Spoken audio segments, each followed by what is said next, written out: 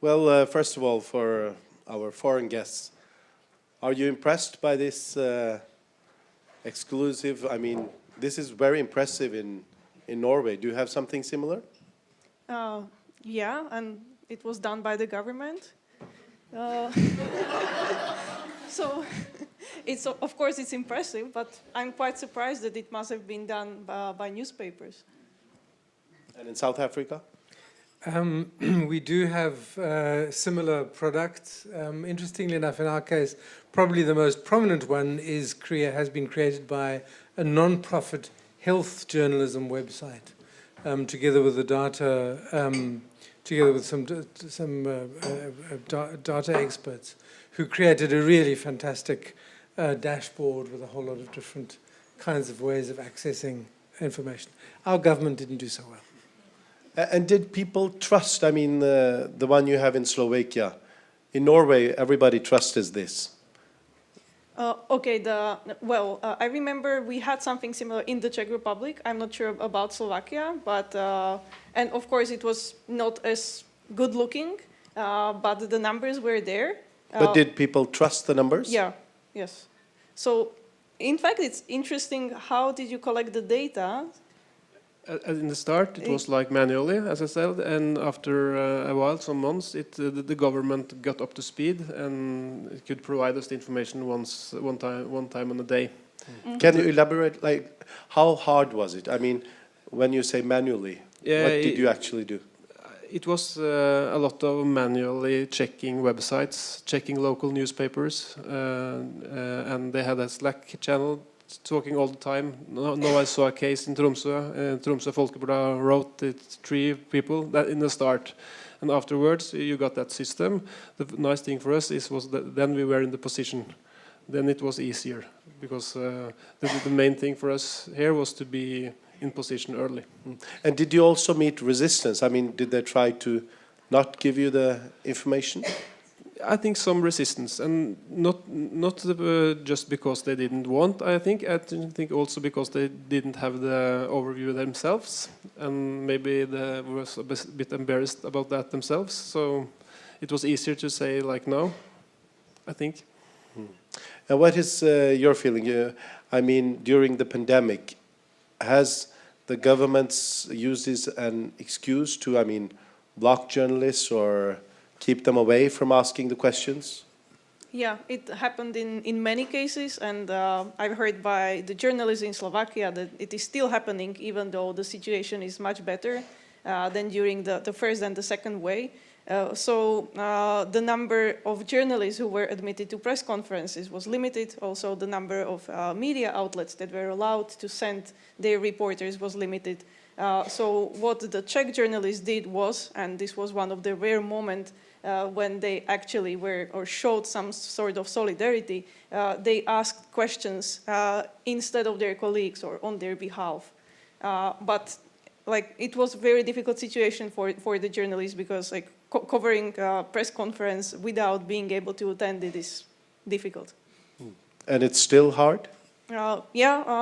Last week I talked to a friend who is a journalist in Slovakia, and I was told that the government still limits the number of journalists who are allowed to attend. So, it is not even clear why, because the situation has improved significantly. And it is still like not so serious in comparison to, for instance, Hungary, which I described before. And in South Africa, do you see the same, I mean, excuses? We haven't had, to my knowledge, attempts to limit, for instance, attendance at press conferences. I mean, the president, has done regular speeches to the nation, and the criticism has been that he hasn't taken questions immediately after that. But we have had cabinet ministers giving briefings and the like. I mean, the more worrying thing has been that there have been attacks in communities on journalists. I mean, we had an election today. In fact, we'll see what comes out of it later.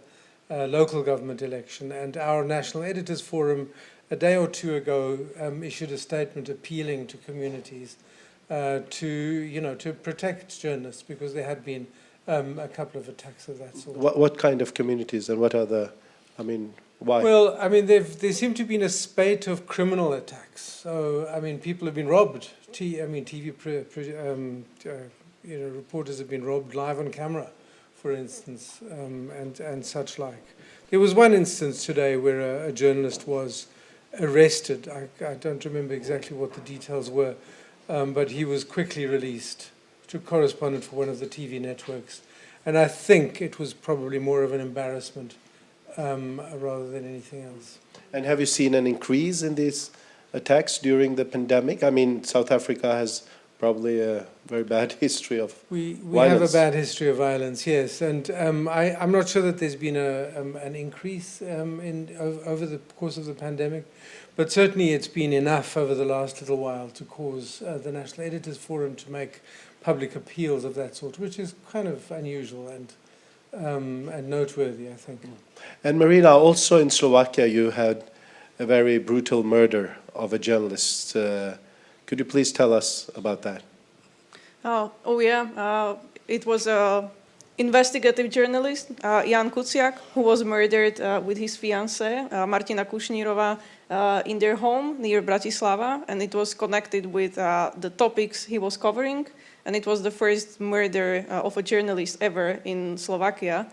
So even during the 90s, where the situation was like quite difficult after the Velvet Resolution, and I remember because I was raised in Bratislava, and I remember that occasionally cars were like exploding and so on. But even in those times, under the rule of Vladimír Mečiar, there was no murder of a journalist. But so this was the first case. I hope the last one, and it came as a shock because Slovakia, like it was really it is something that was unheard of before, and Slovakia was like scoring quite well in all those rankings of media freedom and so on. And why he was murdered? It was because of his investigative reporting of a person who was somehow connected with political representatives. So in the end, the prime minister had to step down, as well as all the other ministers and so on. So it was also, or this change was also forced by the public because there were public demonstrations attended by tens of thousands of Slovaks who got just very, very angry with their government because of what happened. Because in the public view, it was the government that allowed the murder to happen. I was reading today from UNESCO that between 2006 and 2020, 1,200 journalists have been killed all over the world, and almost 90% of the cases are unsolved. What about this? I mean, the main person or the persons, have they been gone to trial? Are they sentenced? They are sentenced. The murderers are already sentenced, and the punishment is already known. It's some 20 years. But the masterminds behind, the trials with them are still on. But nevertheless, there were other cases, other trials against them. So they are already convinced because of the other issues, and this one is still in the process. But I have to say that I was surprised as well, because one of the slogan that is quite often used in Slovakia, and it was said by the Minister of Interior when he was asked about corruption in the highest places, was that there is none, and that is why there is nothing to report. And he also liked to say that the thing or the case did not happen. So I was afraid that after the murder of Ján Kuciak, that it would go without punishment. So I was surprised positively, I have to say. Norway's on the top of all rankings when it comes to press freedom. But when you have Corona special like this, and all those people, there are anti-vaccination people, and what kind of reactions did your staff get? I mean, were there threats? What was the response? maybe not threats, but everyone who writes a story in VG get a lot of abuse in the email. So that's kind of normal. If you write about Liverpool and Manchester United, you know it's going to be tens of emails. So that's kind of okay. But I think it was hard fronts. And we got a lot of mails saying that we had taken a position to tell things that it was worse than it was. A lot of people, maybe not a lot of people, a group of people in Norway thought that corona would be not more bad than a normal influenza. So it was not very easy always. But I was thinking about one thing in Norway who was a good thing. We had the AstraZeneca vaccine, and Norwegian researchers and hospitals found out that it could create blood cuts and finally deaths. And I think the Norwegian society was everyone understood everything had to be open. And the hospital told everything quite early. So I think a good reason for a lot of people taking the vaccine in Norway now is that people, they discovered that when something happens, it doesn't get talked down. They say it as it is. We heard from Kapoor from New York Times about, infodemics and threat assessments, and so VG has had no such issues when it comes to coverage of, you've had some good stories about people who really, really hate the vaccines. Maybe not very much in just vaccines, but there are journalists in VG who are not living normal lives. So no, in these pandemic times. We had one story about what was called the korona love. Yeah, it was some anti-vaxxers who was having kind of a party, and one of the most famous of them, he actually got corona and died a couple of weeks later. So regarding that when we made that public, that they had this party and stuff, I think it was a lot of things, but I can't go into details. Franz, when you travel to many countries, and when you see Norway and other countries, what do you want to take back to South Africa when it comes to these things? Openness from the hospitals, getting information from the government. Are there any things that you don't have which you really miss? Well, I think, I suppose the point that is often made about a country like South Africa is that we have a state machinery which is creaking, which is not very effective. And so you come, to places like this and things run really smoothly, and that's very nice to see. Our vaccination rate is just above 30% of the total adult population. And we creep up, by 150, 200, 250,000 a day. Our overall population is 56 million, I think, somewhere there. And of course, I think that some of that deficit is due to the kind of anti-vax sentiment that you describe. But I think it's also a logistical issue. People are far out in the countryside, and it needs trucks, clinic vans, and that kind of machinery to get out. So, in terms of that kind of machinery, that's one of the things that one wishes could work better. I think we have reasonable transparency. The figures that we get ultimately come from the government. I would worry about just using informal sources because you can get it wrong. There can be double counting different categories and so on. I think to put figures out there reliably, you do have to have a kind of clear set of sources. I'm interested, by the way, the points about the anti-vaxxers that are being mentioned. One of the discussions that we've had is around how you deal with people like that. Do you simply ignore them? Do you debunk them? We have a history where HIV and AIDS denialists were a big issue. And so the question of how you deal with dissident opinions around a scientific, or in this case medical question, is quite a complex one. So how do you deal? My view, there's somebody who wants to come into the discussion. Let me just quickly respond to your question. I mean, I don't believe, I mean, ethics is one of the things that it's particularly an area of interest. I don't believe in silencing views, but I do think that where there are fringe views, and you do find that you need to reflect them, you must make it clear that they are fringe. You must make it clear that this is not the scientific consensus. That these are oddball views. Marina, I mean, misinformation and fake news is a huge problem all over the world. And I was reading about Romania today, where people, I mean, the rate of people who doesn't want the vaccine. How do you, I mean, what is the situation? How do you tackle this in your country?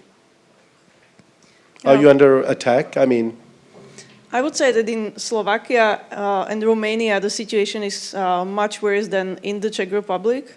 My expectation would be that it is somehow connected with public confidence in institutions. Because the Slovaks, and I think that it's not the only country, they have this tendency of automatically distrust anything that comes from the government, as if it was not their state and not their political representation. And I must also add that in the history, it wasn't such a bad approach, because quite often you were better off when you disobeyed. So I think that this is one source. Another source, and this applies to Slovakia in particular, and it was already mentioned today, is information inequality, because there is this gap between the people who can afford to pay for quality information and those who cannot. And I say that it is the case in Slovakia because the key quality newspapers in Slovakia are under paywall. So I think that this is another reason for the low rate of fully vaccinated people. And of course, you have to pay for quality journalism, but disinformation and propaganda is for free. So surprisingly high amount of people are getting their information from chain emails and like social media, blogs, and so on. and do the media houses and the editors discuss this? That, I mean, this could be or is a huge problem? How do they talk about it? I think that they are quite happy that they finally managed to set up those paywalls and somehow monetize digital content, because Slovakia is a small market. So without that, they wouldn't survive economically. And the situation was quite tough during the pandemic because of the situation in advertisement business. So I would say that it is even more important to sufficiently fund public service media. So this would be at least some remedy. Øyvind, I mean, you also in VG have paywalls and articles you pay for. Was that a question or an issue when it comes to this Corona special? No, because this was like public information, and our aim is to be like the preferred Norwegian news destination, and this is what everyone was searching for, and the competition was also, of course, hard. So not this kind of the coverage, but we were discussing could we put Corona-related stories behind the wall because of the public interest. And in the start, we were quite soft on it, put a lot of open, but the principle is that we can do it, and we did it more and more afterwards. But very important stories for the public health, we think should be open. And did this, I mean, the whole thing also give you more stories, like people contacted you with the critical stories about healthcare and other things? Did it generate I think we critical? got a position regarding Corona coverage, so yes. And I think a lot of people thought that things that VG are reliable when you're speaking about Corona, and then you also get more information. Franz, what is your views on this? I mean, things behind the paywall and access to, I mean, very essential information. Do you have a gap like in South Africa also? I mean, we have media that that are making use of paywalls. I mean, my view is that a society must make sure that everyone has access to the important information. And it's a real worry where you create an elite which has access to all this information and you have a lot of other people who don't. I mean, in many countries, the main vehicle for that would be the public broadcaster. And if that public broadcast is working and it reaches the country and it puts out the right information, then that takes care of a big part of the problem. But I do think that it is critical, as you say, to make sure that the important stuff is out there, that it's accessible. It would be irresponsible to do anything different. And how was, the critical coverage in South Africa? Did you accept everything the government said or says, or has it been, have you double-checked their figures and what they say? How are they? Well, I mean, firstly, it must be said that we have extensive underreporting of cases, right? I mean, there are official figures, and for comparative purposes, that's what one uses because that gives you a kind of a baseline that you can deal with. But it is clear that the real figures are much, much higher.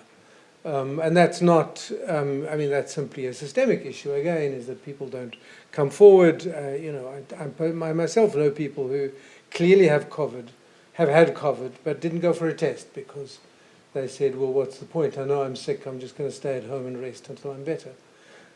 So there is significant underreporting. There has also been a lot of controversy around the measures taken to fight, through lockdowns and so on, to fight the pandemic. I mean, for a while there were restrictions on smoking, and for a long time there were restrictions on drinking alcohol, and that was very controversial because the hospitality industry. I mean, we have a big tourism sector. The hospitality sector was saying, and parts of the country that rely on that hospitality were saying, this is a kiss of death for us. And so many of the measures were controversial. And as time goes on, I think the trust in the government for doing the right thing has declined, simply because, I think everybody's tired of COVID. And yes, the measures don't work particularly well as a general rule.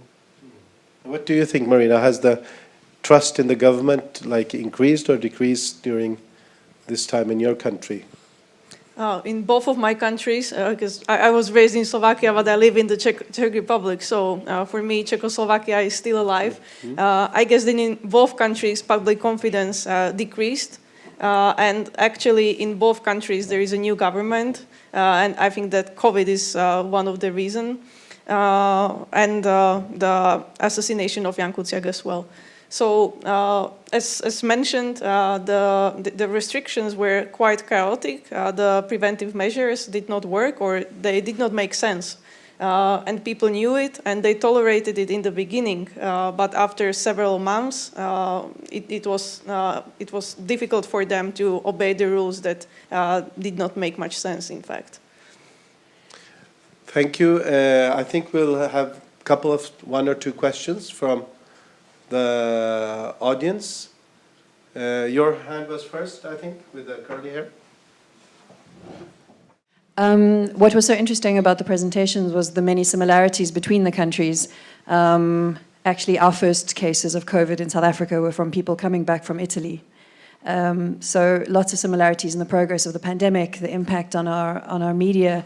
What we experienced there was a shutdown of many of our print newspapers. During the first part of lockdown, you actually couldn't buy printed newspapers, so the printed press stopped. And as a result, a lot of media owners used that as an excuse to actually stop producing print versions of several quite important regional newspapers that were no longer profitable for them. So our news field contracted.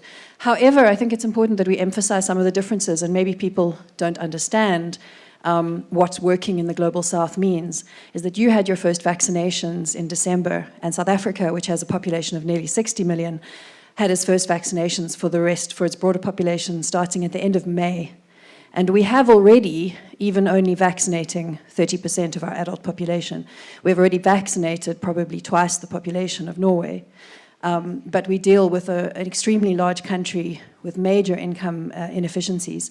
And these are the things that we need to take into account working as journalists, is whose interests are we serving and how we can try and reflect what really is a global story, but understanding those very important local considerations. And I just want to say our government figures were much better than many people maybe understood. So even the underreporting came from official figures. One more.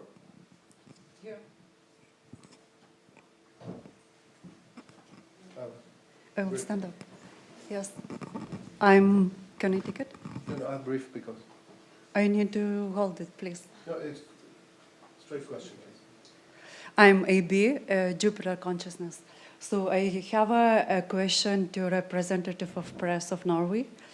You were talking fact-based story, which you laid out here with slides.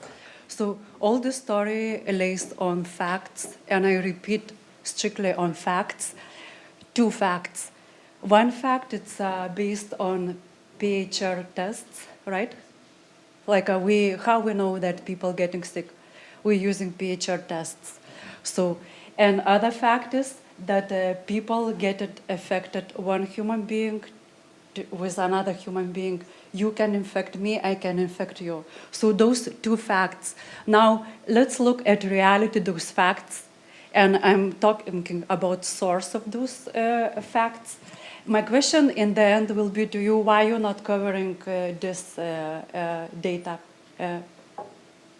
Okay, thank you. No, I didn't finish. No, that is the question. No, this is not a question. Sorry, we have So, PCR tests, we can look at World Health Organization. I need to finish. You interrupted. She's interrupting me. You have one question, they want to hear the answer. Thank you. I didn't formulate my question. David, can you please... Okay, please, I will keep it. You can, We can do it outside in your way. So my question is... Please, Yes. David, yes. No, I didn't formulate my Okay. question. So picture... All right. So sorry. I can try to answer what you asked. Why you doing? We're going on record. You brutally not letting me speaking up. This is a Norway, free country, free press, free people. So I'm formulating my question. Can you please formulate one question? PCR tests by inventor, and we can look right now. Everybody in the data by inventor states virus cannot be tested with this PCR test. It doesn't state that. And now, not this is not all. That Okay. is So, also That's not the question. that Formulate one question. contracts. Yeah, but if what you want me now be baby who says it's all the one, I need to lay out a very complex question. Is it a problem for you? So PCR test also works on there is a number how much you need to all this data. My question is why you don't covering that? World Health Organization a year ago announced that PCR test it's not anymore reliable than to say this person has COVID or not. You need also with that test have a... Okay, thank you very much. Actually, I have other things to do. So I would like to thank the panel. Yeah, so we can take the discussion outside at the room. But if I didn't make Okay, Mr. Franz? Okay, we won't go further with this, but to the panel, thank you so much, and I will give you a big hand, a big applause. Thank you. Woo!